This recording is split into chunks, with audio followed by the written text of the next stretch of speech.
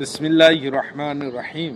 আসসালামু আলাইকুম ওয়া রাহমাতুল্লাহি ওয়া বারাকাতুহু। আমরা সকলেই জানি বিবি জাহরা সালামুল্লাহ আলাইহার মর্যাদা, সম্মান, তানার ইজ্জত, এবং তিনি একটা মহান মহিলাদের ভিতরে এমন এক মহিলা জানার জীবনী থেকে আমরা সকলেই কিছু না কিছু শিখতে পারি যদি ওনার জীবনী পড়া হয়।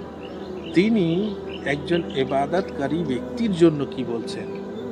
তিনি বলছেন, যদি কোনো ব্যক্তি খুলুসের সাথে ইবাদতকে আল্লাহর দিকে নিবেদন করেন, তাহলে আল্লাহ তাআলা সেই ব্যক্তিকে উত্তম রূপে উপকারিত করবেন।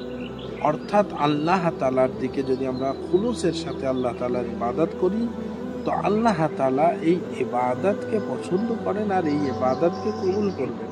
আর যদি আমাদের ইবাদত আল্লাহ তাআলার ইবাদতের ভিতরে আমরা রিয়াকারি করি, দেখাওয়া করি, তাহলে আমাদের ইবাদতের কোনো মর্যাদা থাকে না। সেই জন্য তিনি বললেন খুলুসের সাথে ইবাদতের কথা, যে আমরা যদি শুধুমাত্র আল্লাহর জন্য ইবাদত করি তো এই ইবাদত অনেক উত্তম স্থান রাখে। সেই কথা উনি তুলে ধরলেন কত সুন্দরভাবে। তো আমাদের প্রত্যেককে প্রয়োজন আমরা যতটুকু ইবাদত করছি তার ভিতরে খুলুস নিয়ে আসা, স্বচ্ছ মনে আল্লাহর ইবাদত করা আমাদের সকলের জন্য প্রয়োজন।